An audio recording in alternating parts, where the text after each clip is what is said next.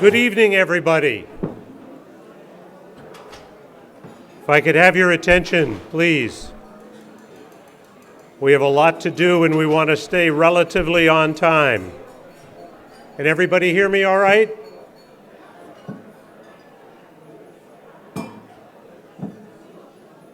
Okay. I'd like to welcome everybody to the Humanism in Medicine Celebration Dinner.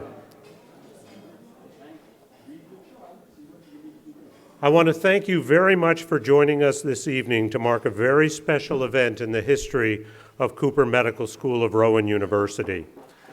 I'm especially honored to play a small part in this evening, as Dr. Viner was my very first clinical attending as a medical student. That was about 10 years ago, right, Ed?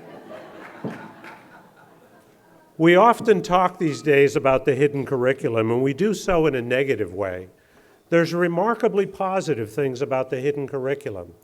I saw those positive things through Ed Viner. I got to have the opportunity to watch Ed make rounds, sit with his patients, hold their hands, give him all the time that they needed to give him, and likewise, he gave that time in return. He demonstrated to me at that time what professionalism was, what humanism is, and he sent me off into a career hoping that I could achieve those same goals, as he's done for many in this room. We are all a collage of the experiences we have over time, and Ed is a great big picture in my collage, and obviously from hearing the conversations upstairs, he's a picture in many of your collages as well. So we're going to have a wonderful evening tonight. Ed, I want you to sit back, realize you have very little that you could do about this from this point on. Turn that phone of yours off and have the evening that you deserve.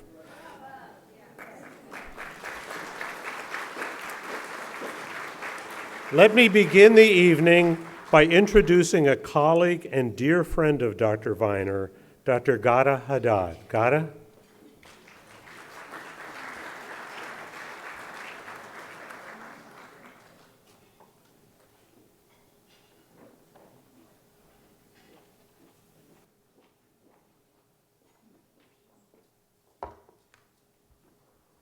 Good evening, everybody. It is my distinct honor tonight to speak to you today about Dr. Viner. I will first start by saying a few words about my personal relationship with Ed, and then I will talk about the lasting impact that Dr. Viner has had on his patients and on the institution to which he devoted most of his career. I had first met Ed on a spring day of 1988. My husband and I, Dr. Alex Hashboutros, had immigrated from Beirut, Lebanon, in the midst of a civil war. We had first matched at UMDNJ, New Brunswick. And because of a clerical error, they had overmatched two positions. So they called Ed for help. And we ended up in his office that same morning. I still remember how scared Alex and I were that day, because we were promised a position that was taken away from us. Without knowing much about us, and after conducting a brief interview, Ed agreed to take us. When I asked him about his decision many years later, he said, I could just tell. This is because Ed could see people, could understand where they come from. This is an example of how he looked beyond the typical stigma associated with foreign grad. Ed has an unusual talent for understanding people. This has helped him a great deal in forging relationship with patients and colleagues alike. He is someone who looks straight in your eyes and reads into your heart.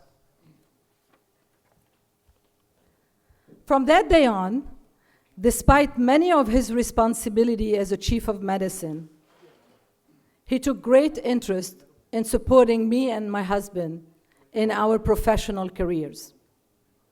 He went above and beyond his responsibilities to help me with immigration papers so I could start on time, my residency on time. Later, he made several phone calls to secure a position of endocrinology fellowship. I never forget the day that I went to Brigham and Women to interview for my endocrinology fellowship. The program director there, after reading Ed's letter, asked me, "What did I do to this man?" That is because Ed speaks from his heart with vigor and passion. Once he's determined to help someone, he will put all his mighty efforts to do so. After I completed my fellowship at the University of Pennsylvania, I was offered the position to stay on staff there. But I decided to come to Cooper. And the only reason I did that is because of Ed Weiner. I knew I could count on his understanding and support. He was and still is a great mentor and a role model. His door was always open to anyone who wanted to talk to him. He cared about each person. He knew every physician, resident, medical student by name.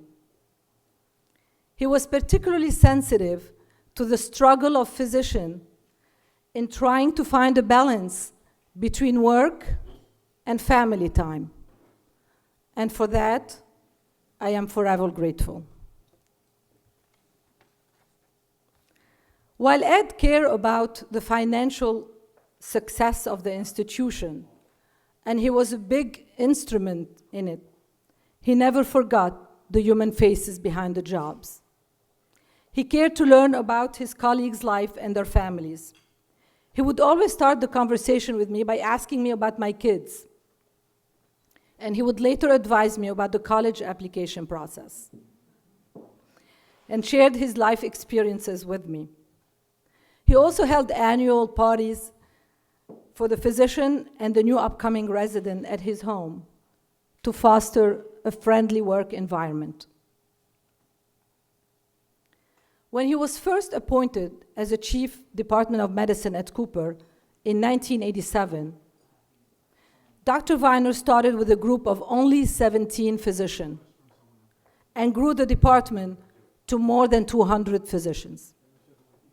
It became the strongest academic department within the institution, with a mission for excellence in care, in clinical care, as well as research.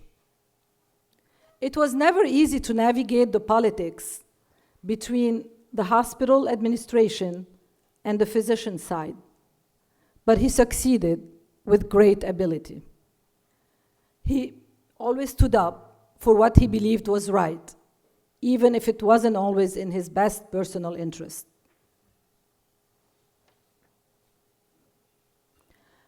Ed has known many personal as well as work-related challenges in his life, but these had only made him stronger.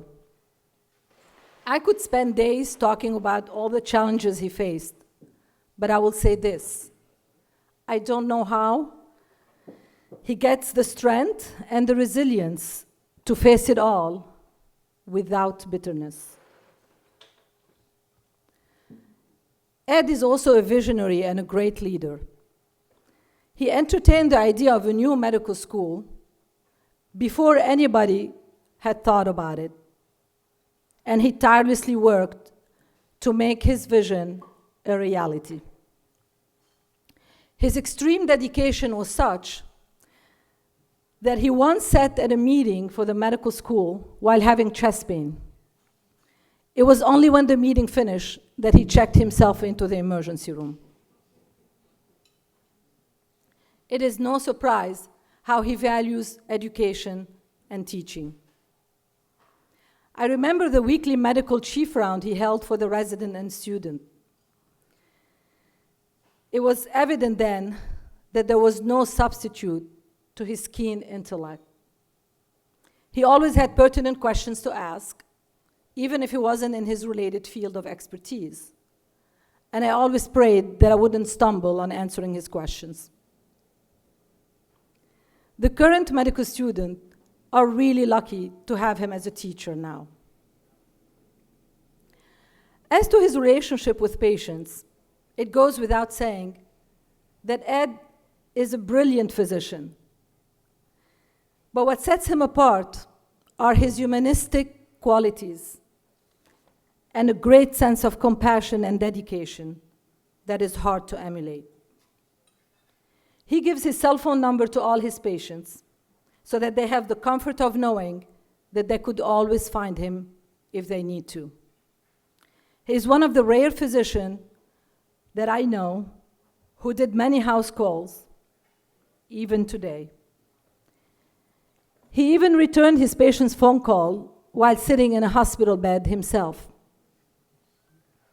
It is clear why his patient recognizes his loyalty and love. To me, just observing him at the bedside is a lesson by itself. Ed, you are a source of wisdom forged by experience, and we all benefit from your stories and insight.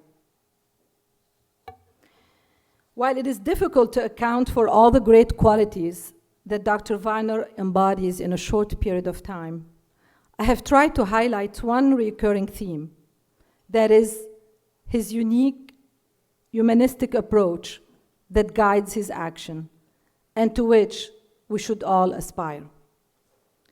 It is my sincere hope that these same qualities be fostered in as many young physicians as possible through this newly developed Center of Humanism.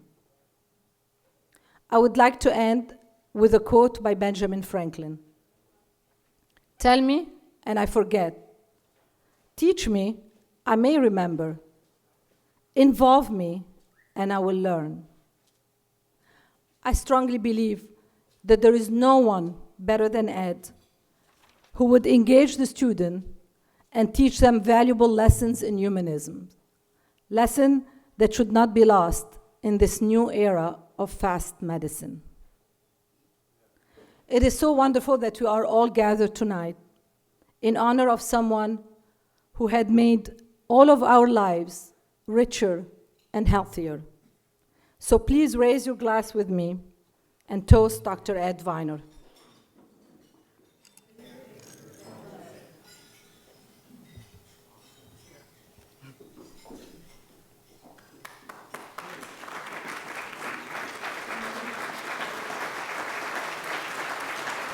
Our spouses were watching, I'm sure.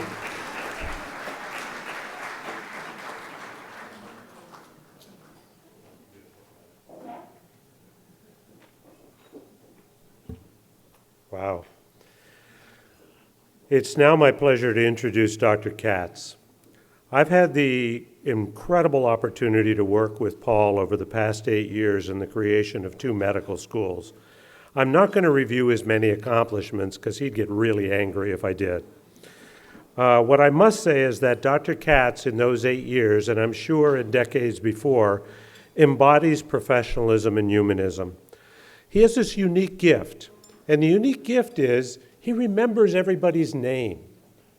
And that's not so much because of how smart he is, even though that's true. I found out it's because he really cares who you are, which is really the center of humanism.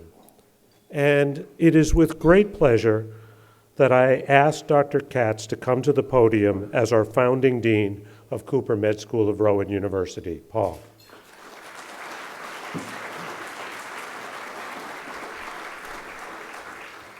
Thank you, John. Thank you, everyone, for being here on this special night. My wife, Anne-Marie, and I were talking about how crowded it is here. And the next building we'll build a little bigger. So, but I think it's a testament to how people feel about Ed. So thank you for being here. And for many of you who have not been in our medical school before, and I welcome you. We are now in our 4th year of operation. We'll graduate our first class next May. You'll have the opportunity to meet some of our great students. And as John and Gada have said, this is really a celebration about humanism in medicine. We're really overwhelmed by all the support and turnout, and we're very pleased that the Center for Humanism is finally a reality. So thank you all. While we can argue about what the formal definition of humanism is, perhaps the fact that human is the basis of that word probably says it all. Our great accomplishment is because of our dedicated faculty, staff, donors, and friends. And I want to take a minute just to introduce a few of those, and I apologize in advance. I may well leave some people out. Earlier tonight, we had the pleasure of having Mr. George Norcross here. George is the chairman of the Cooper Board and a great friend of this medical school. And he and Ed are among the handful of people who really made this dream come true. And I appreciate the fact that George took time to be there. We also had Congressman Donald Norcross, who and his wife Adrian here were here earlier, and we appreciate both of them being here. We have a host of distinguished guests. I want to recognize my friend and colleague, Dr. Peter Amenta, and his wife Edna. Peter has served as a great mentor to me when he was dean at Robert Wood Johnson, and Peter remains a member of the Cooper Board and also has recently started as president and CEO of the Joslin Clinic in Boston, a truly remarkable accomplishment. For those of you that are not familiar with Joslin, it is the leading diabetes research and treatment center in the world. So congratulations, Peter. We're also pleased to have members of the Brown family, Shirley and Bernie. Sandy Brown is here. Sandy's a member of our board. Her husband, Sid, is also a member of the Cooper Board. We're very pleased to have you with us. My fellow deans are here, Annette Riboli, John McGeehan, Larry Weisberg, Valerie Weil, Patty Vanston, Harry Mazurik, and really pleased to have all of you here. Jocelyn Williams left earlier. Other guests, Dr. Jim Newell is here. Dr. Newell is provost at Rowan University, and President Hushman could not be here today, so thank you, Jim, for being here. Dr. Bethany Rafe, one of our faculty colleagues at Rowan, Harry Knowles and friends, all of you who have a relationship, whether it's genetically or personally or medically with Ed and Judy Viner. Thank you very much for being here. I'd like to thank all my faculty colleagues for being here. Bill Sherrar and his wife are here. Bill's a member of our medical school board. And I want to thank all of the staff who put this together. So Kim and Amy and Brittany and Megan and Lisa and Ann and Patty, thank you. Remarkable event, as always. So we're really pleased to recognize Ed tonight, and you've heard much about Ed. You will hear more about Ed. And Ed is my special advisor, and I have the privilege of meeting with Ed on a regular basis. I understand from people who've known Ed a lot longer than I have is that Ed has mellowed over the years, and which is a little hard for me to believe. But I find there are times when Ed winds up calming me down, so I appreciate that, Ed. It really makes a great difference. Ed, what can I say? A career of dedicating his skills and his knowledge to really developing remarkable relationships with his patients, remarkable relationships with the people who've been fortunate enough to learn for Ed. And we're really very pleased to be able to not only recognize Ed, but also his dream of having a Center for Humanism. As John said, one of the great beneficiaries of Ed being here is not only all of us on the faculty and staff, but our students. And I really am so pleased that they're with us here tonight. And they have the benefit of working and seeing Ed. There are not many Ed Viners out there, unfortunately, that serve as role models for all of our learners. And we're hopeful that the Center for Humanism will help instill that in many more. We're also very pleased to have Dr. Arthur Kaplan here, and Art will be speaking to you later as our keynote speaker. As John said, humanism is one of our core values, and as you walked in the building tonight, on the wall is not only our mission, but also the core values. And Throughout his career, Ed has really displayed exemplary humanistic care, really has worked hard to continue to embed that in all of our learners and physicians, and we're really so grateful to have him here. And with his guidance, the Center for Humanism at CMSRU will really do three things. First of all, demonstrate our commitment to integrating the concept of humanism throughout our 4 years, throughout the 4 years of our curriculum. Establish our medical school as a national leader in advancing humanism in medicine through research and faculty development. And finally, creating a national model for best practices by improving healthcare delivery in the city of Camden, in southern New Jersey, and beyond. And this is no small undertaking, and we have much work ahead of us, and fortunately we're off to a great start here. So with the great support of our faculty, our leadership, and Ed, we really will be able to move ahead with our goal of providing humanistic education and excellence in patient care. One of the particular things that I want to mention tonight is I want to recognize the gifts of some people who aren't here, who have contributed mightily to the Center for Humanism. I'd like to recognize the gifts from Mark and Eva Stern and the Rona Stern Stout Foundation.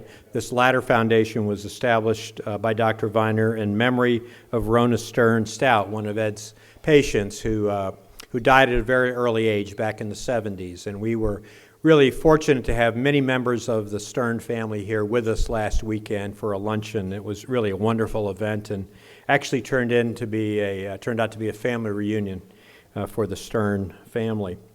And these two gifts create a $2.1 million endowed professorship, $2.1 million. This is the single largest gift that we have received for a designated function and will really allow us to get a great jump start on this Center for Humanism. And this is but a first step in our work. I'm also pleased to announce that tonight's event raised over $350,000. Thanks to all of you for your support of our medical school and the Center of Humanism, and for your respect, loyalty, and admiration for Dr. Viner. So thank you very much for your gift.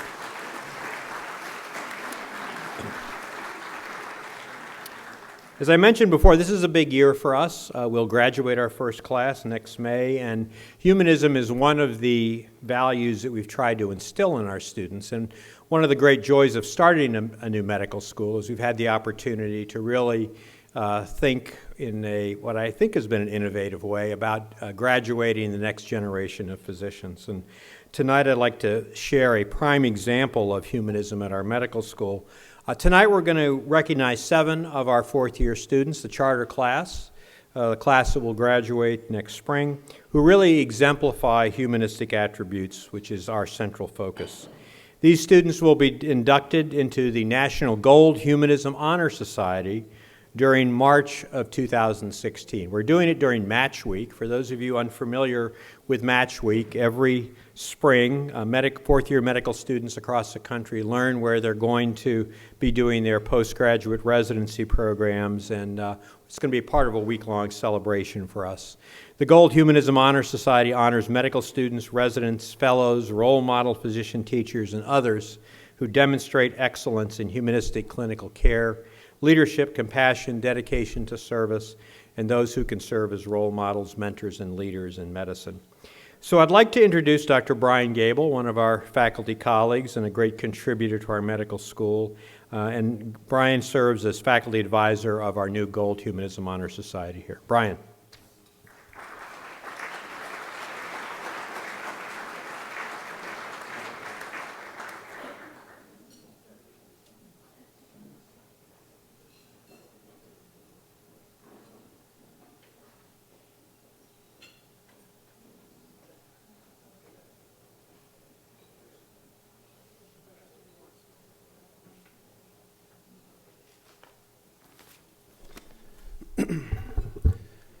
Good evening.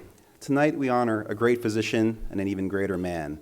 I've had the honor and privilege of serving with Dr. Viner as the founding faculty advisors for CMSRU's Gold Humanism Honor Society. As Dean Katz mentioned, the mission of the Gold Humanism Honor Society is to recognize individuals who are exemplars of humanistic patient care and who can serve as role models, mentors, and leaders in medicine. Dr. Viner has certainly served all these roles during his illustrious career, as he has excelled in the clinical, academic, and administrative arenas. Indeed, one could argue that his greatest contribution to our profession is the indelible impact that he has had on the professional development of his medical students, residents, and junior faculty. I'm a firm believer that humanism and professionalism cannot be taught in the classroom.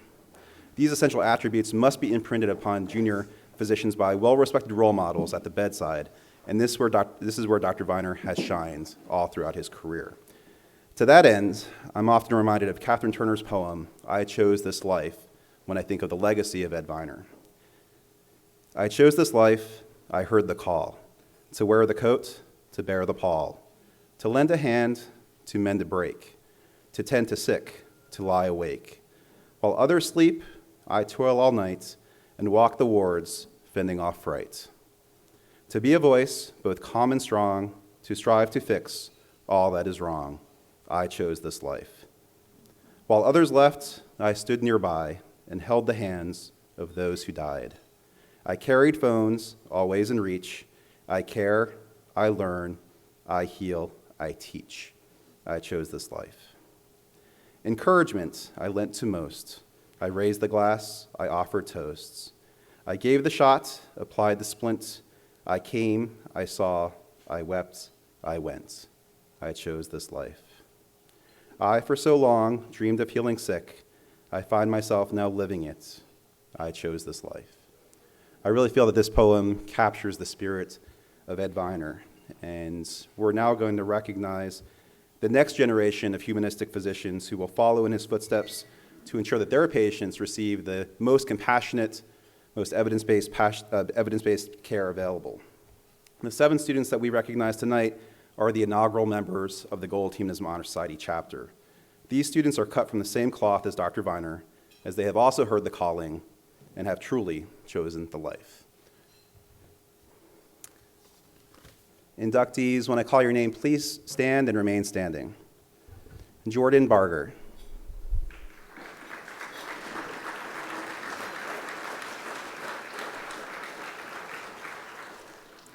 Jennifer Blesnick.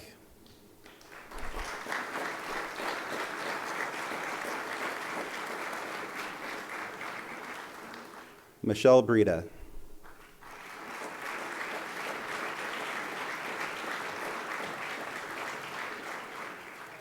Cindy Kroll.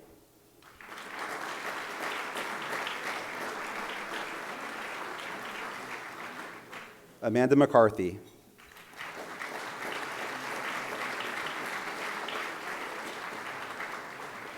Brian McCauley.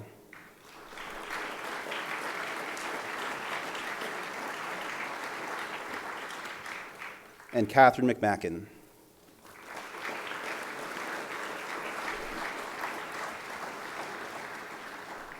To be inducted into this honor society, the students underwent a rigorous selection process which consisted of peer nomination, the writing of an essay, and approval of the GHHS committee. These 7 students are truly the cream of the crop, and I have no doubt that they will be successful in all of their future endeavors and will continue to make the CMSRU community extremely proud over the next several decades. We've already met, and they already have ideas for great initiatives for our institution. These have included programs to assist veterans, ways of actually identifying good peer mentors in the form of excellent residents and fellows who have contributed significantly to their education, and a whole host of other community service events. I think they truly follow probably Dr. Viner's motto that the reward for a job well done is more work, and they've certainly carried that through. So I'd love to give another round of applause to all of our inductees.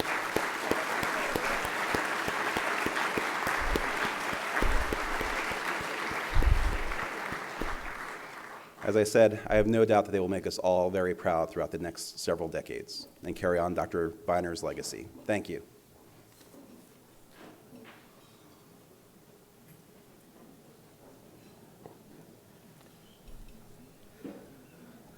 I am very, very proud to know those 7 individuals, and it makes what we do every day seem like we're given a gift. They are remarkable, remarkable people.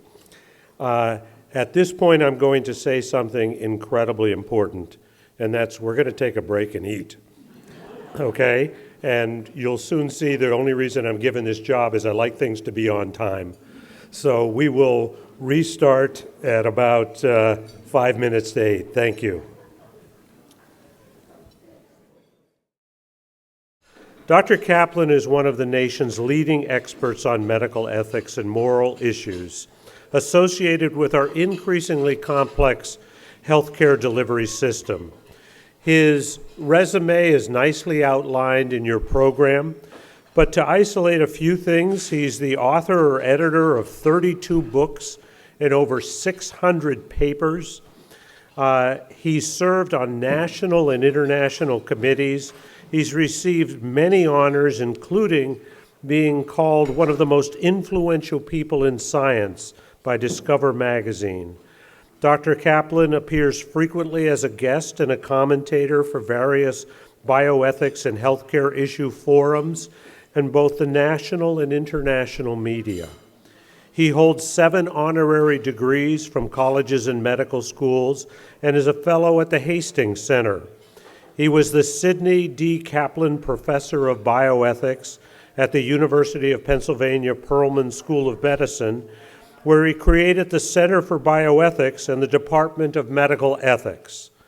Dr. Kaplan is currently at the Drs. William F. and Virginia Connolly Mitty Professor and founding head of the Division of Bioethics at NYU.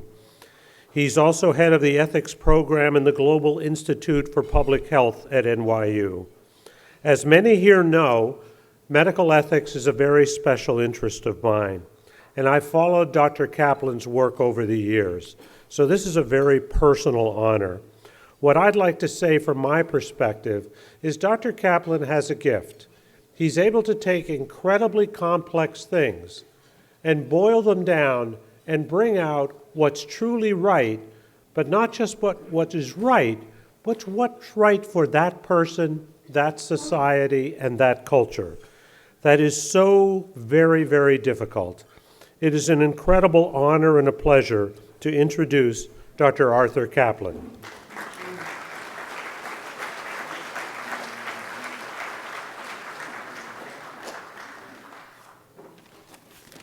Well, like many of you, I take my orders this evening from Ed. I told Ed I would be more than happy to come to this event and celebrate the creation of the Humanism program here, and this is a school I take a special interest in and have long been an admirer of the dean and the administration and the students, most of them, for a long time. I like the mission. I like what the school is trying to do, and teaching humanism and professionalism is very important. Ed said, you know, okay, do what you want, and then emailed me a couple of times and said, this is what you're going to do. So, okay. I have prepared about a 90-minute lecture, reminiscent somewhat of Fidel Castro on his brevity days. For those who don't know, he likes to give 5 or 6 hour speeches. But I will forbear in doing that in terms of the hour and the fact that you all are probably eager to see Ed and not me, and I think he's the main course following up this little appetizer. I should add one other thing about Ed. I've known him outside the hospital, that is on committees, on projects.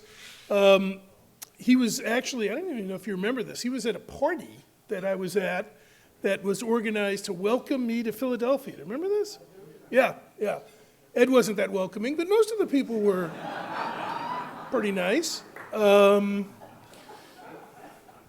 He told me about the Eagles, and I sneered and said, you know, really? You like them? And slowly over time, he converted me. That's one of his many achievements. I am now an Eagles fan in the wasteland of New York City. Thanks a lot, Ed. That's really a lot of fun up there. People told me that he had been the physician for the Flyers. Mike, where are you? Stand up one second. When they told me physician for the Flyers, that's my nephew Mike who goes to this school. That's what I thought Ed would look like.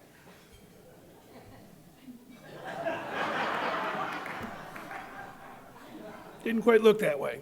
But they seemed to like him on the team, and he had lots of experience, and I believe you were also, just at the time, still working with the orchestra, as I remember, yeah. So I've seen him in many, many external contexts. He's one of the few doctors that actually has a close friend, my friend Jack Lombard over there, who's a lawyer.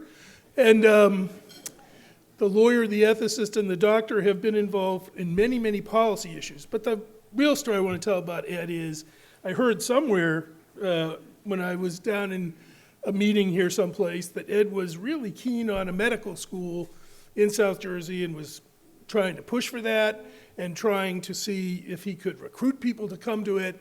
And I was sort of like, boy, I don't know. You think that's, I remember talking to Jack about it and saying, he's kind of off his rocker, isn't he? You really think you could get that to happen? Well, yeah, he did. And he recruited all kinds of eminent people to it, and that's part of the reason I'm so fond of the school and send relatives here and so on, because it's a vision that really reflects Ed. So really, really amazed at what he's done, both with his patients, which I only hear about, but in being an example of creating an institution that stands for humanism, very, very exemplary, and when you talk role model, you're talking Ed. So here's the little substantive part. If you don't like a substantive part of the evening, just blame Ed, because he's making me do this. But he did ask me, he said, why, if I try to explain to people, why do we need courses or programs in humanism? After all, a lot of people come to med school, they're pretty idealistic, they want to do the right thing, they very much care about patients, and they want to make a contribution, so what do we have to teach them? And my experience says it's not so much that they don't come as idealistic, but that the system is changing and the environment is changing, and we have to reinforce that idealism so that we don't lose it and it doesn't disappear. And probably the best way to illustrate why this particular center demands support, why this is going to require continued support from Ed's friends, from the administration, is if you look out there, there's a big shift going on about what it means to be an advocate for your patients. So in the old school days, an advocate for their patients would have been someone as a physician who said, I'm going to get every possible benefit for my patient. The marginal benefits, anything that might be experimental, anything that might help them, I'm going to fight for that. I'm going to really try and do what's necessary to make sure that they get everything they need.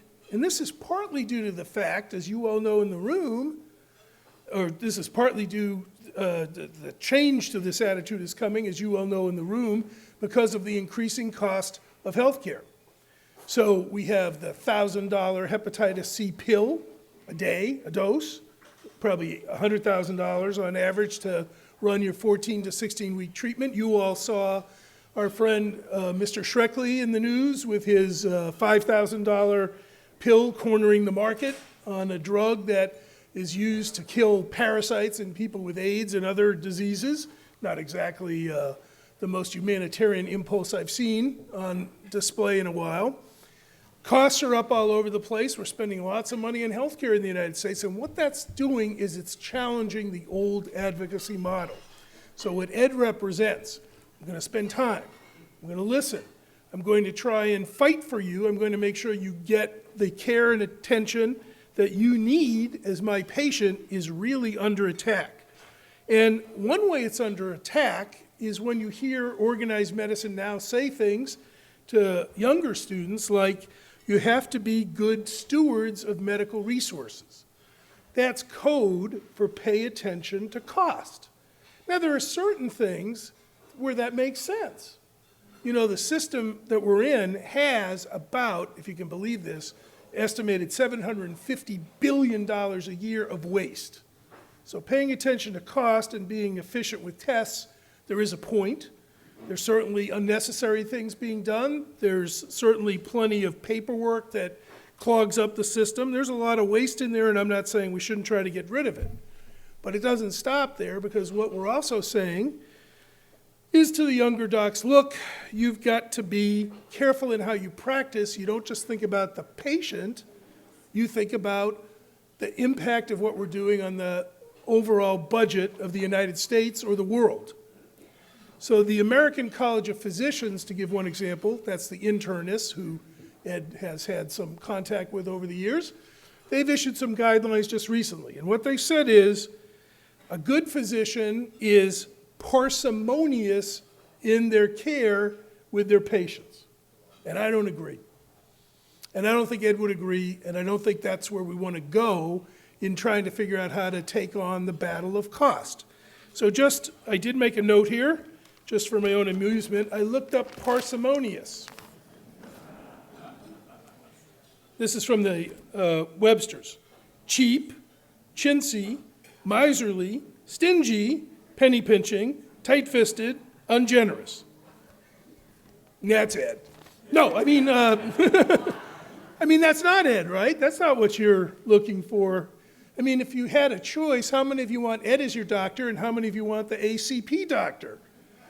So I think most of us would like to get Ed. But if we don't maintain this kind of center, if we don't continue throughout the career of medical students, both here and as they go through residency, if we don't raise issues, if we don't reinforce the obligation to put the patient first and fight about the money elsewhere. I'm not saying we shouldn't fight about it, but it doesn't belong at the bedside. I don't want a parsimonious physician. I might certainly be interested in the political issue of cost containment or what we're going to do about pricing or many other questions, but I don't want it at the bedside. You need role models at the bedside who are still good advocates, what Ed's career has been all about, and you have to reward the behavior. You have to somehow come up with ways like the Gold Humanism Awards that say, you know, when you try hard and fight hard to try and give access or enfranchise or help patients, that's what we're going to reward as part of being a medical student or as part of being a resident or in one's career. So, Ed, I gave the substance part. At the end of the day, I don't think we want a system that has doctors that are somehow thinking about many other things. I don't want that doctor at the bedside saying, Art, there is a test that might help you, but Brazil's debt is enormous. And I got to think about that. I want somebody like Ed who's going to come there and say, I'm going to fight for you, I'm going to give you my time, I'm going to drive my wife crazy because of it, but I'm going to do it. I'm going to put the extra hours in. I'm going to be a person who thinks hard about what's best for you and what you really need, and then I'm going to do what I can to get it for you. And if I can't do that, then I'll be with you in terms of supporting you and getting you through loss and grief and suffering. And that's what we want our doctors to do. He also asked me one other question. He said, if you were going to do research on humanism, what would you do? You know, if we had as an agenda for the new center and for its institutional mission doing research, what would you do? And I may surprise you, Ed, but what I'm going to say is we've got to study the Ed Viners. I'm not sure how they come to be. I don't always understand what the formative factors are in making the kind of doctor who is your advocate, who is your friend, who will give you the time, who will be there even when medicine runs out of things it can do. We need to understand that better. So that's my research mission, is try to figure out how did people like Ed come to be Ed. And with that, I want to thank you, Ed, for making this particular gift both to ethics and to professionalism and to humanism in medicine. I know that this school is going to be a leader, both nationally and internationally because of that, and it's your vision that has picked this area to make it shine here. Thank you.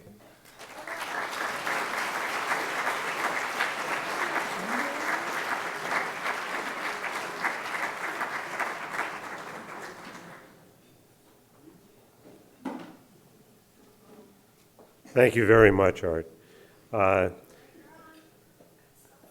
Okay, well, I know everybody is at the point where they want to hear from Ed now. Well, I'm hoping everybody's at the point where they want to hear from Ed now. But there's a few things that we have to do first. And one of them is that I hope all of you know, but if you don't know, Ed, our dear friend, colleague, an honoree is celebrating a milestone birthday tonight.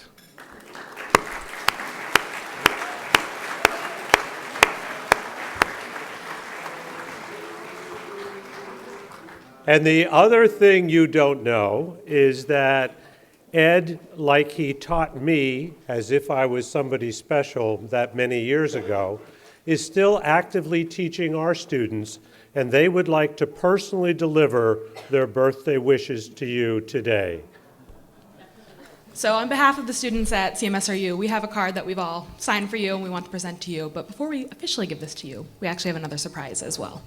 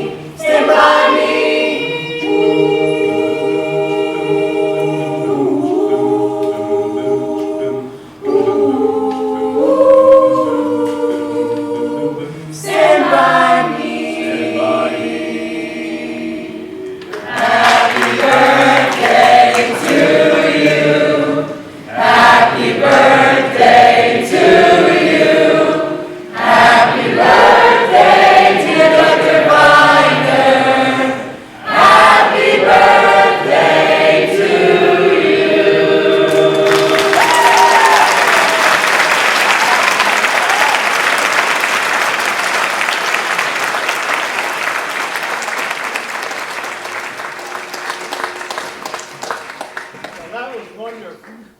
I love that. Thank you very much. You're very welcome.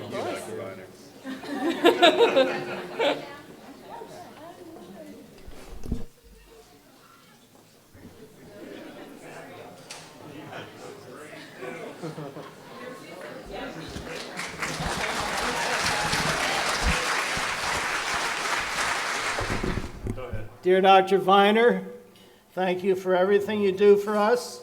We hope you have a wonderful 80th birthday. CMSRU classes of 2016, 17, 18, and 19. And signed by many, if not all, I'm not sure, I didn't count them yet, of the classes. Thank you all.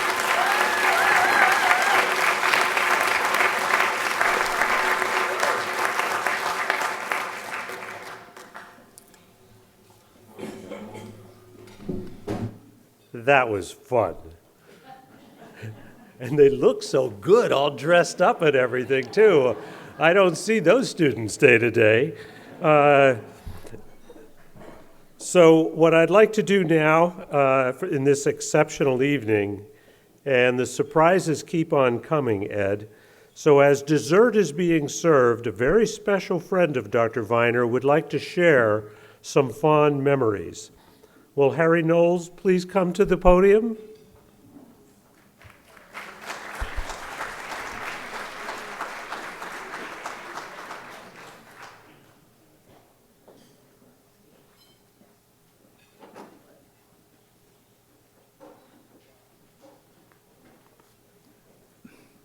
Thank you, Dr. McGeehan. I deeply appreciate the opportunity of being here with a room full of real doctors, not PhDs or not FUDs or MUDs or UNs, but real doctors. And some of us slipped in here with only one honorable, and to have 7 or 8, my God, it's a real privilege to be here. I'd like to take a slightly different approach to honoring this particular person tonight and look back about 30 years ago to the mid-'80s. Philadelphia, outlined here, at that time was a powerhouse of major hospitals: Temple, UPenn, Jeff, Pennsylvania, and others. Each was rich in prestige, money, quality medical care, staff. On the other side of the river, Jersey, were a number of local, non-research, academically modest hospitals. They were serving basically as local treatment centers and as conduits to feed the big power centers on the Philadelphia side. One of those was a 320, 350 beds, depending on how you count it, Cooper Hospital in economically and deprived Camden. If you take a look at the Philadelphia side, however, in the mid-'80s, are we getting the slides? There's some real troubles brewing. One that was most disconcerting to the real doctors was the growing malpractice litigation sweeping the entire United States. 82, 83, 84, there were a series of financial crises. The wealth of the Philadelphia hospitals, of course the lawyers wouldn't look at that, in conjunction with Pennsylvania's legal environment at that time, made them very attractive targets of our pervasive litigators, and Philadelphia doctors became deeply concerned. There was a major element about to upset the entire scene around the Delaware River. That element was a rising doc star, Ed Viner. For 22 years, Ed had directed the Hematology Oncology Division at Pennsylvania. Ed had been cum laude graduate at Harvard. He'd been a star med student at UPenn. At the age of 29, Ed was made acting chief of medicine of Pennsylvania Hospital, one of the oldest major hospital in the entire United States, at 29 years old. He was doctor of the Philadelphia Orchestra, traveling doctor with some incredible stories there. He, at the same time, overlapping, was also doctor at the other end of the spectrum for the Philadelphia Flyers, and there's some incredible stories that many of you know and would love to be up here telling, and I'd love to hear some that I don't know. Most important thing to Ed at that time and continuing was the broad cadre of lucky patients whose well-being was to him of absolute primary importance. In 1986, Ed, feeling the ceiling bump his head in the Philadelphia side, looked across the river at an opportunity for his incredible energy and breadth of caring. In early 1987, Ed came home to Judith, and she said, "You got to be out of your mind for looking over there." And a lot of you in this room, I think, expressed the same feeling. They thought that he was mentally unbalanced. Nonetheless, shortly thereafter, Cooper attracted over 150 of Philadelphia's outstanding doctors to join him within the next few years after that. Currently, Cooper has about 600 physicians. Over half of those Ed has personally recruited or helped recruit personally. What's happened since Ed moved over here? Ed and his associates built Cooper, doctor by doctor, division by division. They survived multiple crises, financial, organizational, technical, that would have floored any lesser man than Ed. I can personally tell you that coming to Cooper before, during, and after is an experience that you need to feel the caring and the soul that Ed and his close associates built into Cooper. It has been the most friendly, warm place to come as a patient, as a visitor, or as a helper trying to move things along. They led Cooper into being a major, respectable research institution, along with that sense of humanism. A couple of other major pushes that Ed brought was having the hospital reach into the suburbs with programs. It was new back in the 80s, early 90s. Now it's taken for granted. It all emanated from Ed here in South Jersey. The hospitalist program is another of Ed's creations and promotions. If you look for hard numbers, I think one of the most impressive is the way Cooper was transformed financially and organizationally. When Ed came, the physician revenue, which is one hard, easy to measure thing, was $4 million a year. It's currently over $200 million a year, physician revenue. I thought you real doctors would like that. And tonight, we celebrate another of the towering achievements that surround this remarkable man and the folks around him. There is an MD quality, very high quality, 4-year School of Medicine right here in little old Camden, New Jersey, with a lot of help from the community leaders, top docs and administrators, many of you here in this very room. But you, Ed, have had the vision and provided the guidance and inspiration. Amy McLear provided this remarkable aerial photograph, which is the reverse of the cartoon that my son Harry and I developed to start off with. You now look back across the river with a degree of pride, and who is looking at whom with admiration? Those Philadelphia folks admire what Ed has done here. He has recast the medical balance between Philadelphia and New Jersey. Over our several decades of, let me talk a little personally, over our several decades of friendship, working together on science education issues, and as a doctor-patient, I've grown to respect and honor Ed incredibly. As a friend, your caring intelligence has been brought to bear on many, many of our complex issues.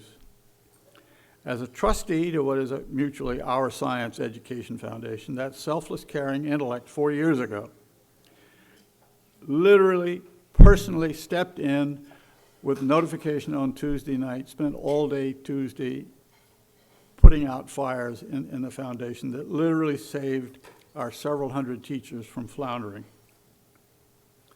As a doctor, you are a living, thriving, driving inspiration to everyone here to give back that which is not rightly ours. For decades, you've been my connection to a miraculous level of health care. With normal, non-Viner care, I personally, and you and I both know it, would not be standing here. I would have been dead years ago. I owe you my last decade of life with the incredible joys that it now brings. I also look at Judith, and thank you, Judith, for putting up with his absence and the dedication that you have brought and support to Ed. It is absolutely remarkable.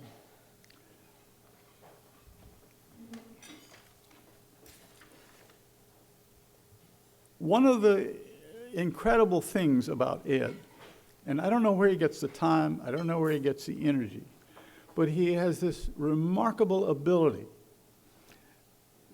to emanate caring, real caring, and not talk, but caring. And it cascades downward, and it lifts everybody around him to emulate it and raise himself. So, Ed, toast, very happy 80th birthday, with the deepest love and respect from everyone in this room. Happy birthday.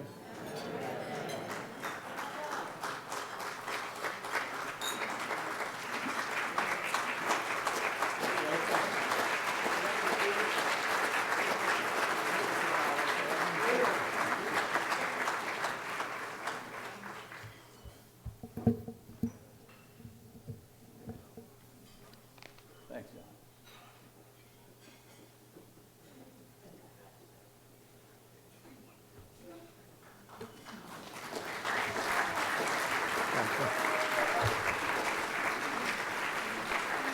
Well, it's a hell of a way to celebrate one's birthday. Thank you all so very much for.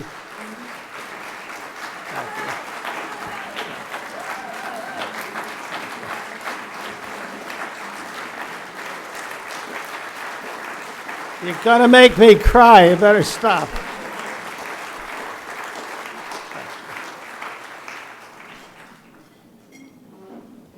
Well, as I said, it's a heck of a way to celebrate one's birthday, and thank you all for doing that.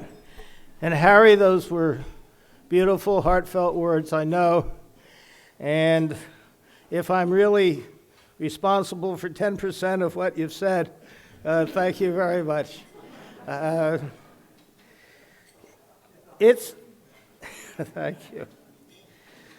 I want to thank so many people. I'll do it as quickly as I can, but our development ladies told me that I could talk about anything I wanted and take whatever number of hours it took to do it. So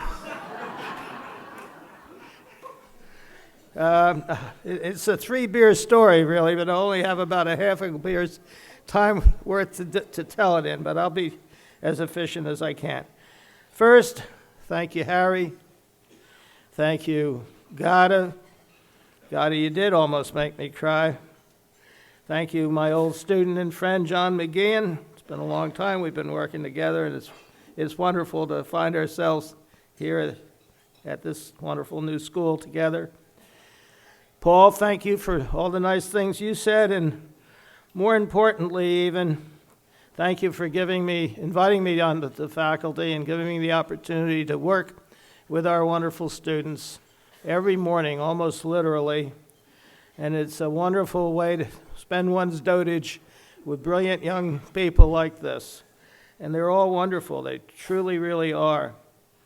And thank you, Art, for setting the table for some of the things I wanted to say. You did that very well. And thank all of you for your precious time to come here and help us get this launched, and to you for your generous financial support.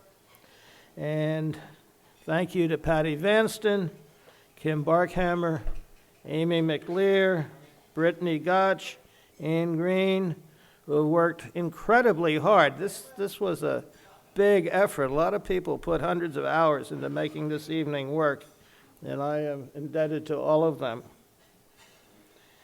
Now, I want to acknowledge some of the guests here. My wife's cousin, Christopher Tinker, has traveled the furthest from Ipswich, England. Dr. Arlene Bennett,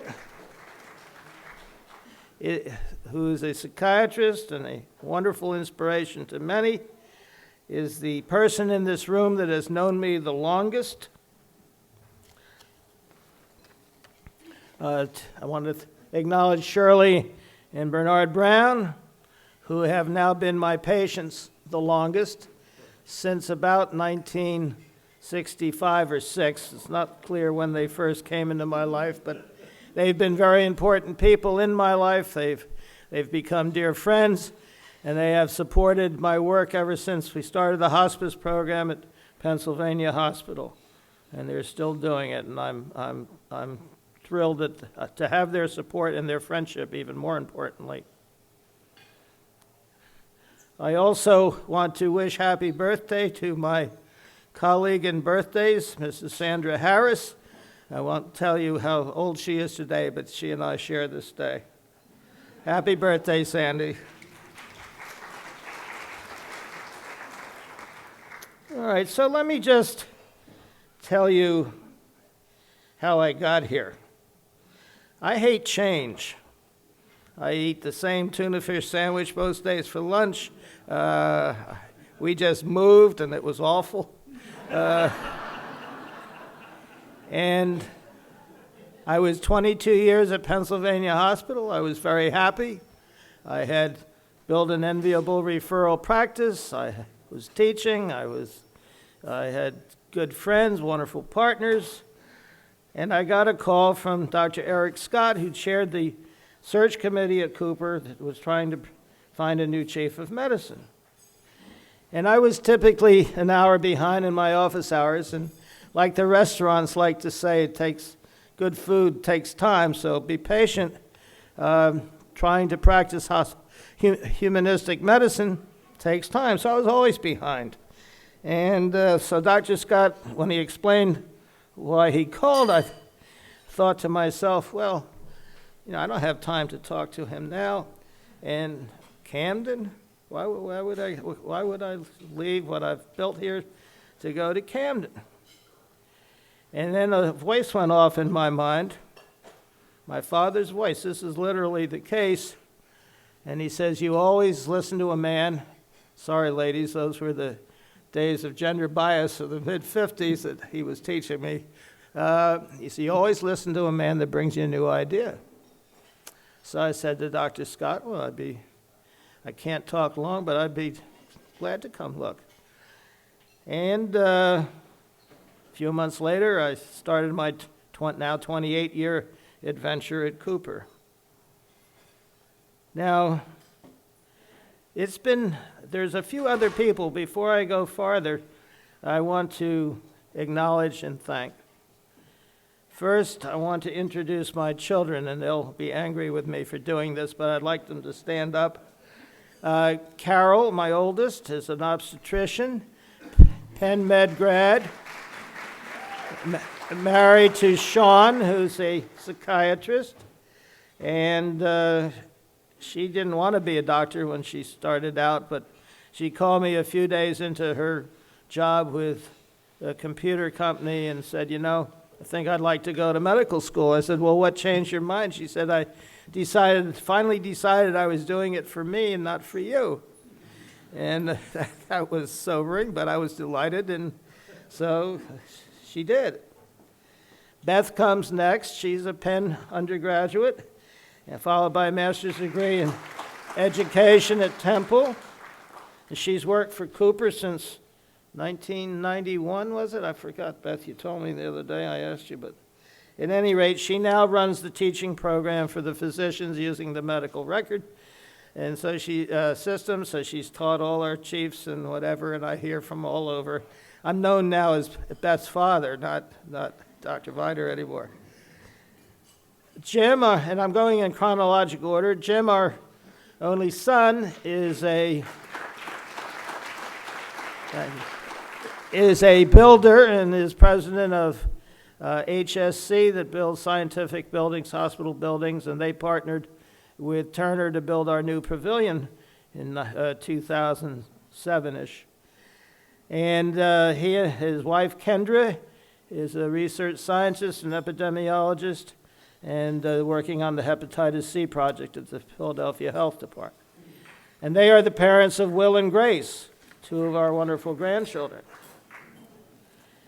And Jenny is a Cornell graduate, followed by postgraduate work in education at Michigan State. She's married to Don Marks, who's a computer guru. Jenny teaches high school English and middle school humanities in the Montgomery County, Maryland area. They have two more of our grandchildren. And Julie graduated from Duke and then went to the Peace Corps in Guinea, West Africa, where she met Jeff. So she meets her husband 9,000 miles away, even though he's from Norristown, Pennsylvania. And she's become a nurse practitioner now, just finished her graduate degree, a master's degree at Penn. And she and Jeff have Emma and Christopher, two more of our grandchildren. And last but by no means least, there's Kate. Kate went to Penn, following which she worked in the Philadelphia school system for a couple of years. She says, I want to do good too, but I'm not going to Africa to do it. I'm going to do it right here in Philadelphia. And she did, and that convinced her she wanted to go into psychology, and she's has her doctorate in neuropsychology now and is heading the neuropsych program at Drexel's new Neuroscience Center.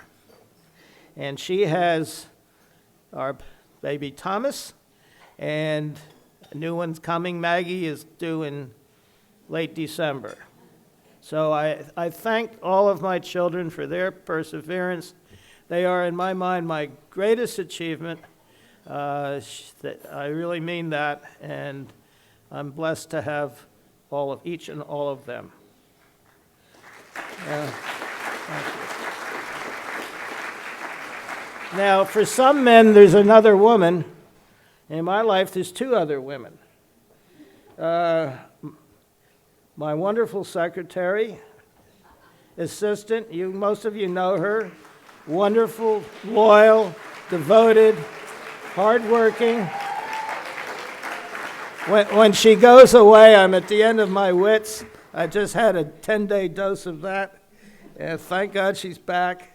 We have pledged to each other that neither of us is going to quit till the other one does. And I hope she and Scott are ready for a few more years, because I'm not quitting.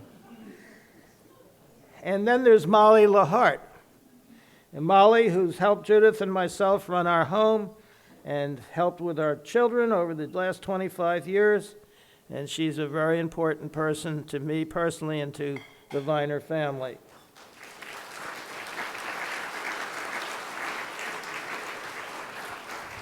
So, and then there's Judith, Dame Judith. I am so lucky to have the most supportive wife. She has, when I told her we were going to Camden, well, first we were going to go to Geisinger, and then we were going to go to Hartford, and then we were going to go to Rhode Island, and she says, I'll go wherever you go, wherever you want. And so I came to Cooper because I thought the greatest opportunity to have fun was right here at Cooper, and that's proved to be the case. So, and the other thing, two other things about Judith. She deserves most of the credit for the wonderful way our children have all turned out, and they're all well-educated, good human beings, work hard, productive, doing good for others. I couldn't be more proud, but it's because of her that they've turned out so well. And lastly, she is the most incredible grandmother that I have ever seen, or they have ever seen, I'm sure. And Grandma, I thank you, and I love you. All right, so I come to Cooper, and there's lots of work to do. And it wasn't always fun, but it was always challenging, and it was always gratifying. And so I owe this institution a great deal in that sense. The medical school, well, Cooper, let me just say a few more words about Cooper in those days. Cooper was a modest community hospital, the leadership of which had very grandiose ideas. And guess what? They've all come to pass. And it was because I thought they could come to pass that I came here. And I'd like to think that I've helped make it all happen, but lots of people deserve credit for that, and I will mention some of them along the way here. At that time, we were teaching already. We had a role as the clinical campus for the Robert Wood Johnson Medical School in New Brunswick, and some of their students came to us for their third and fourth year education. But we always felt as a faculty that we deserved to have our own school. And we were impatient and frustrated by a lot of the restrictions that the parent campus placed on us.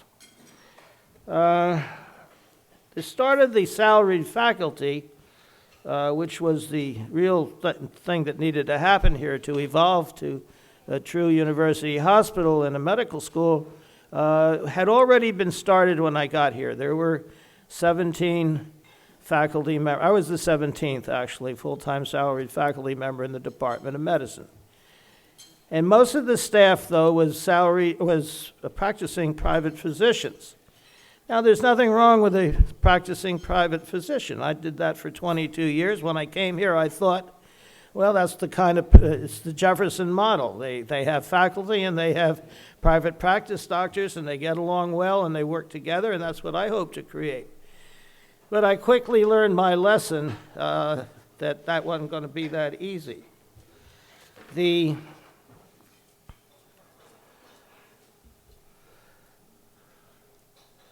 Well, we started out one by one to evolve each division into an academic unit. We started with the worst one, which happened to be at that time pulmonary. We then went to oncology, and next to GI, and general medicine along the way. And by, we've done this with the 13 divisions. We were also able to create the network of offices throughout South Jersey, but that wasn't easy. A doctor's son called me up, said, my father is sick, he's dying, we'd like to sell his practice in Haddonfield, would you be willing to buy it? And he wanted a modest amount of money, and I went to Kevin Halpern. I'll come back to Kevin in a minute, and he was the CEO, and he said, okay, and I talked to the half dozen doctors in the immediate community there, and they all said, fine, we're fully busy, go to it. But then the rest of the staff got into it, the subspecialists and the surgeons, and they say, hey, you're giving away our patients. You know, those, when they need surgery, they're going to go to the faculty surgeons. They had a meeting. They called Kevin up, and he calls me 10 o'clock the first morning the new office was open, and said, Ed, I got to tell you to close the office. I said, we've seen one patient. He says, I know. And I know I told you it was okay, but we got to worry about winning the war, not just the battle. So we closed that office. But through negotiation and evolution over the next few years, we got this off the ground, and most of these doctors that were fighting us asked to join us later, and we did okay. And we're one of the few hospital systems that bought practices and were able to make it work.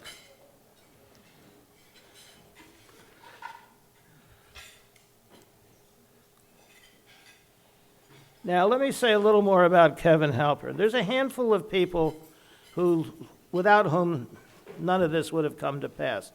And Kevin was one of those. Kevin came here as a 33-year-old young man from the Bronx, brash, big dreamer, a lot of good ideas. Thought he had the audacity to think that he could build a real university hospital here and even have a medical school here. And there must have been nights, Thursday nights, when he was very worried all the checks would bounce the next morning when the staff's hospital personnel went to cash their checks. But we got through it, and we were doing well. And he deserves a lot of credit, because he was a real dreamer. Then George Norcross got into the picture in the late 90s when we were faced with potential bankruptcy. George was on the board then at that time, and he, of course, is who has made most of what has happened in Camden and South Jersey in general, and he's certainly, very importantly, responsible for the medical school.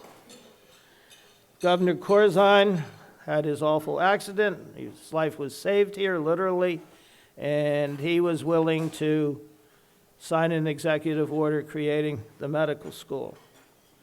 John Sheridan, who tragically was murdered more than a year ago, belongs on this list because he structured the arrangement through which the governor was able to create the medical school and subsequently worked out the deal between us and Rowan Medical University, rather.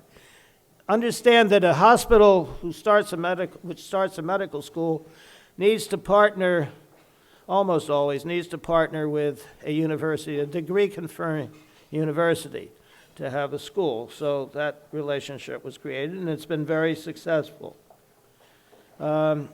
Peter Driscoll, who I think is here tonight, I haven't seen him, but he was very important as a board chair through much of that period and helped propel us forward, and I want to thank him and acknowledge him. And I'm personally indebted to Dr. Al Tama, who was head of the faculty organization. All the chiefs reported to him. No better boss in the whole world than Al. Every time I kept coming to him for more resources and more, and there were meager resources in those days, he would say, "Damn it, Viner, don't you know the meaning of the word no?" And I would say, "No, I don't, and the day I do, then I'm not doing you any good anymore." And then he would give me what I asked for, almost always. All right, so we had lots of hiccups, though. We had the town gown battle, and the next big battle or crisis was when we almost went bankrupt, in part because Penn pirated our entire cardiology faculty. And then Drexel, at the same time, started to try to pirate 25 of our best faculty outside of the cardiology division. And I want to publicly thank and recognize that one of the classiest ladies that I know in this room, is in this room, this is Patricia Mbezi, because it was she that kept that piracy attempt by Hahnemann Drexel from happening. She set up a meeting with the chairman of their board and their dean. 7 o'clock meeting. She must have got up at 4:30 in the morning to drive from Ocean City to Wayne and be there. And we sat down, and the dean kept telling his chairman what we're doing, and there's nothing illegal about what we're doing. And he says, "I don't care about legal. I care about what's right. And this doesn't sound right, and we're not going to do it." And that was the end of it. So thank you, Patty. So the next, when we got through that, the issue of the four-year medical school started to heat up. And it was actually Chris Olivia who was able to convince George, I hadn't been able up till then, to convince George that we needed a medical school, that was our next proper challenge. And the medical school task force was put together, and we were to create the rationale and prove our readiness for this. And as chair of that committee, I told the group at the first meeting, that our school had to be different. My vision of our school, we had to create not just another medical school, but one that was really different and one that had a soul. And that went over like a lead balloon, but ultimately, I'm a very tenacious person, and ultimately that did prevail. And many people in this room helped make that happen. Dean Katz, Annette Raboli, who became vice dean and who did the application, the hard work of the application to the licensing liaison commission, rather, for medical education, and got us approved, accredited preliminarily. John McGeehan, Jocelyn Mitchell-Williams, and many other people worked hard to create programs, a unique and innovative curriculum, which has just proved itself, but with the students doing very well in their examinations, the national examinations they all have to take. And we have, most importantly, I think, created a nurturing environment, a wonderful educational milieu for our students. And our students, because of John's work, are selected specifically because they are mission-driven. Our students need to be smart enough to get through the rigorous educational curriculum, but they also have to have another dimension. And John and the admissions committee have done a wonderful job in picking these students. Now, all that makes humanism and professionalism an appropriate next challenge. Now, Art alluded to some of the problems. I'll just elaborate a bit on that. Our doctors are being pushed very, very hard to see more patients and earn more money. Now, that's not because hospital administrators are greedy. They're charged with keeping the place afloat. So we have to keep the place afloat. But at the same time, we've got to give young physicians the chance, the time, the atmosphere in which to practice humanistically. We've heard that they come to medical school with very high empathy scores, and what happens in the third year, they start to lose it. The devil's in the third year is a well-recognized precept now. And why is that? And it's the hidden curriculum. The hidden curriculum consists of all the things that students learn we wish they didn't. They're exposed to tired house officers, frustrated young faculty members.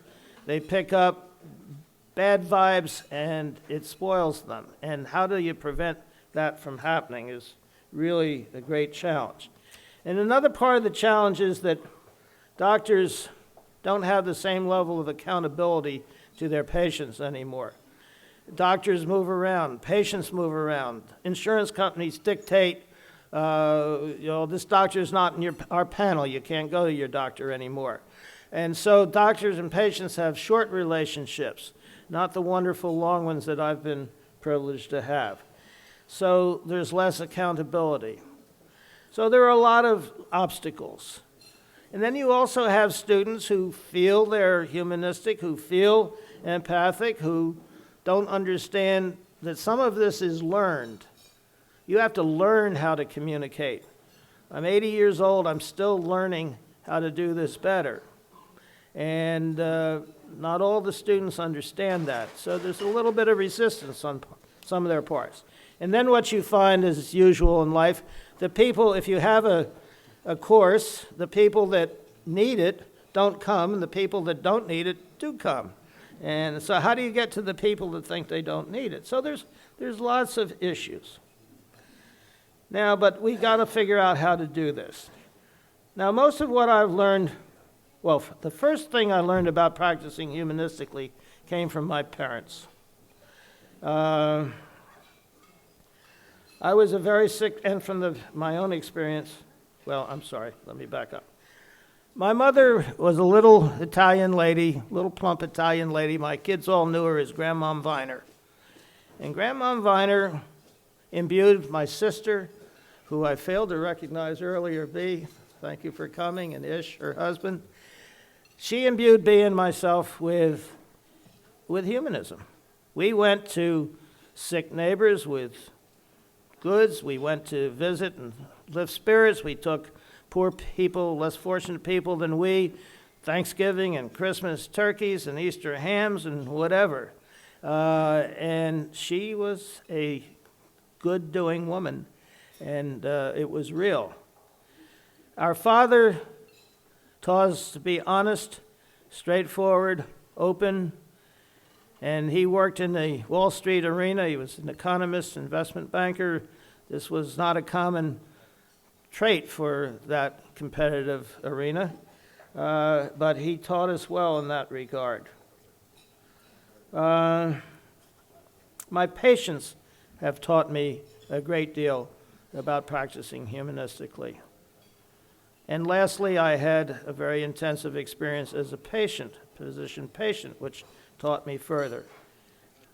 You have to get to know your patients to maximize your ability to be humanistic with them. And I have these long relationships now with many patients. It's very nice. So we know each other well. I'm very comfortable to be human with them. I've cried with them. I've laughed with them. I've gotten angry at them. Being human. Humanism comes from being human. One of the most important experiences in learning humanism is making house calls. I've made house calls all of my life. I will tell you about one that I think illustrates what I'm trying to say. A man with mycosis fungoides, which is a lymphoma of the skin, got a fever on a Saturday morning. His wife knew that he was immunocompromised. That was dangerous, and she asked that I would come.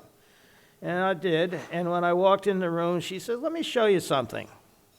Now, this mycosis fungoides is a condition where your skin scales and you slough it, desquamate it. And she showed me the old-fashioned upright vacuum cleaner with a big bag. The bag was bulging. She opened it, and there's his skin for the week.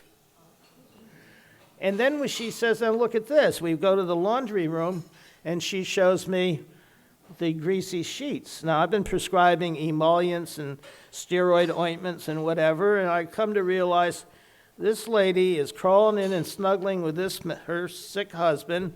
This is the mess she has to live with. What an impact on this family. I could never have understood that without this experience. So what a lesson in humanism that was. And one other thing came to mind when I was thinking about what I wanted to say. There's a lot of difference of opinion on how involved you should get with your patients. Do you go to their weddings, their bar mitzvahs, their funerals, and whatever? And I've always tried to do that. And so I had a patient who died right after childbirth at HUP when I was a second-year resident. She had lupus. The diagnosis had not previously been made, and she got renal failure, kidney failure, and died. And her husband was angry and acted out and was threatening to us, the nurses, the doctors, and he shouted at us all when he left. And I said, "Well, I hope I never see this guy again." But I understood, but it was tough to deal with. 2 days later, he calls me up and he asked me to go to her funeral. So I looked up where this church was. It was on one of the most notorious corners in North Philadelphia. It was night or winter. I was afraid. I would have to walk 2 blocks from the parking lot, I'd been told, in this neighborhood. But I asked my chief of medicine, and he said, "I think you should go." So I wanted to go, so I went. And I got there not knowing what I would expect. The man met me at the door. He was waiting. There were 400 people in the church. He took me by the hand and down to her bier in front of the altar, and he said, "I want you to put her wedding ring on her finger for me." And it was a very pathos-laden exchange, and That was another wonderful lesson in humanism. So if you don't get involved, I mean, I think physicians get back what they put into something. It's like anything else in life, you get what you pay for. And if you want to have gratification from your career, you'll do things like that, and you'll practice humanistic medicine because it's the right thing to do and people appreciate it, and you get back. Now, then my own experience as a patient, I won't take more time, but many of you have heard my story. The points I want to make is that we doctors don't have any idea what we ask patients to go through physically and emotionally at the time they're least able physically and emotionally. And we forget very quickly that the person on the other end of that respirator tube is a living, thinking, feeling, frightened human being and is scared half to death. And I came away from all of this with very much imbued with the concept that not everybody should get treated the aggressive way I was. I was glad I saved my life, but it wasn't for people that had end-stage disease. So that's how I got involved in the hospice program.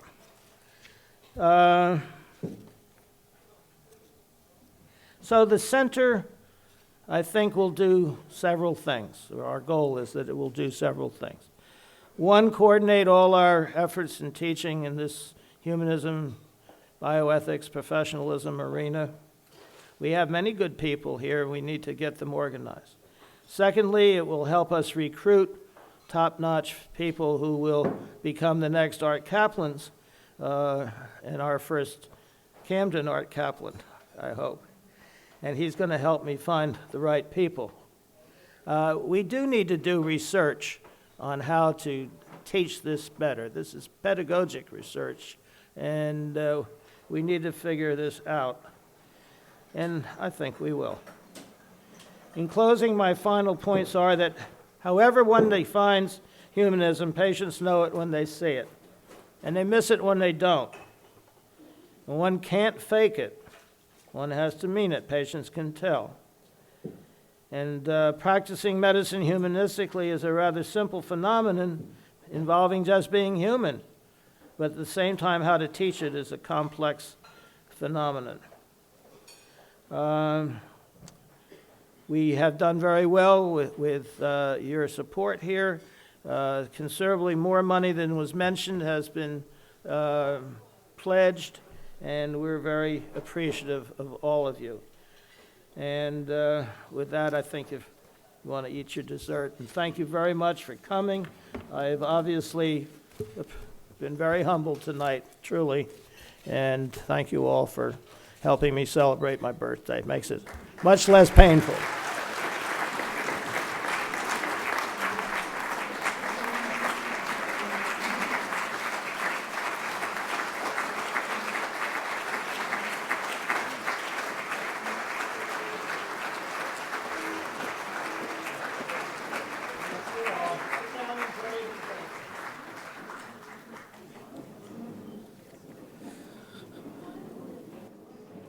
So on behalf of the faculty, the students, and staff at Cooper Medical School of Rowan University, I'd like to personally thank Dr. Art Kaplan for coming today for this incredible event, Gada for her wonderful comments, Harry for guiding us through this journey, Dr. Katz for making so much of this possible on a daily basis, Brian Gable, our students, all of the family of Dr. Viner, but most of all, I'd like to thank Ed, and I'm delighted, Ed, to know that you're going to continue working on this and bring this to fruition. Happy birthday.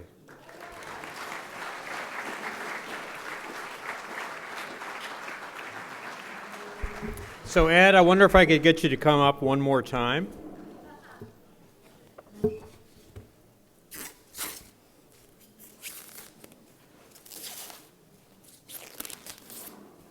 Ed, on behalf of all of us, I'm pleased to present this to you. It says the Cooper Medical School of Rowan University Lifetime Achievement Award for Humanism in Medicine, presented to Edward D. Viner, MD, for a lifetime of exemplary humanistic patient care and dedication to medical education, October 24, 2015. Thank you, Ed.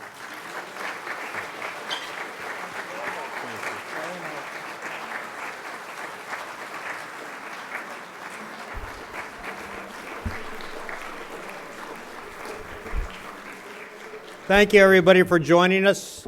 Travel safely and have a great rest of the weekend.